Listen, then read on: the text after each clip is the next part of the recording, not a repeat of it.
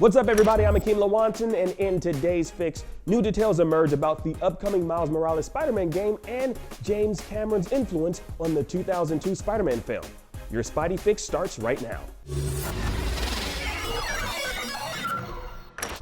Insomniac has revealed plot details for the upcoming Spider-Man Miles Morales on PS5. According to creative director Brian Horton on the PlayStation blog, Miles Morales is set a year after the events of Marvel's Spider-Man. The standalone follow-up kicks off just before Christmas as a street war kicks off between, quote, an energy corporation and a high-tech criminal army. Harlem, where my main man Miles calls home, is in the middle of that very war, so he hits the streets to put an end to it all. Insomniac says the new game will include, quote, a new story with new set pieces, fresh villains, and unique quests across Marvel's New York City. Which is great news, but makes you kind of wonder how much can they alter New York City since both games take place in New York City.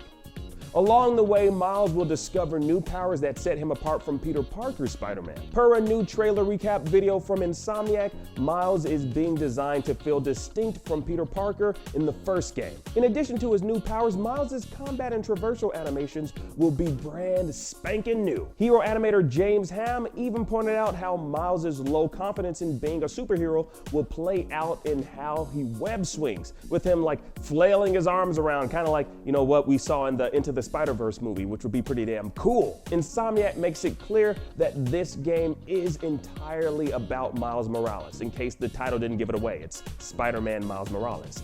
Duh.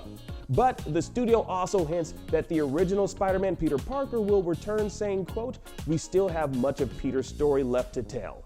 Sounds like they're definitely building up to something that might be Spider-Man 2. Spider-Man 2 could be in our future, guys. Spider-Man Miles Morales is due for release on PS5 this holiday. Now, what do you guys think of all of this? Are you excited to play as Miles? What are the chances we'll get an Into the Spider-Verse Miles Morales DLC? Honestly, that's like the main reason why I want to play. Comment down below. Before the 2002 Spider-Man film with Tobey Maguire, James Cameron was actually working on a Spider-Man script.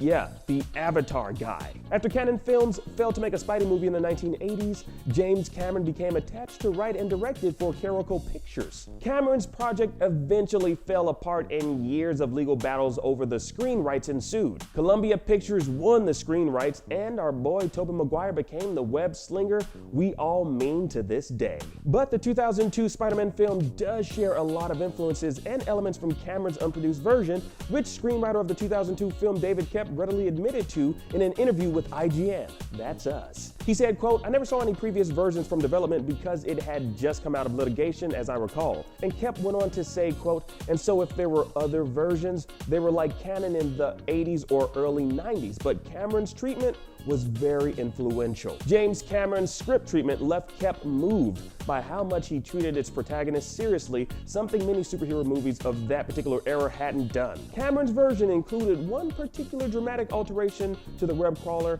that Koepp retained for his particular screenplay: organic web shooters. Koepp said, quote, he had some very good ideas in it. I liked the organic web shooters, which some people liked and some people didn't, but that was his idea and I was happy to use it. Makes you wonder what a James Cameron Spider-Man film would have looked like back then. What do you guys think it would have looked like? Do you miss Tobey Maguire as Spider-Man as well? That's like an unrelated topic, but it's kind of related. Sound off in the comment section down below. And that was your Daily Fix. I'm Akeem Lawanton, and I hope your day is as awesome as you are. Now that you're all caught up on the news, check out everything we know about Horizon Forbidden West so far, and it's a lot. Download the IGN app on all your mobile devices, subscribe to the Daily Fix on Snapchat, and for all things everything else, IGN.com.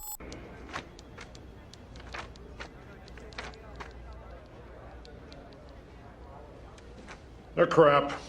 Crap. Crap. Mega crap. I'll give you $200 for all of them.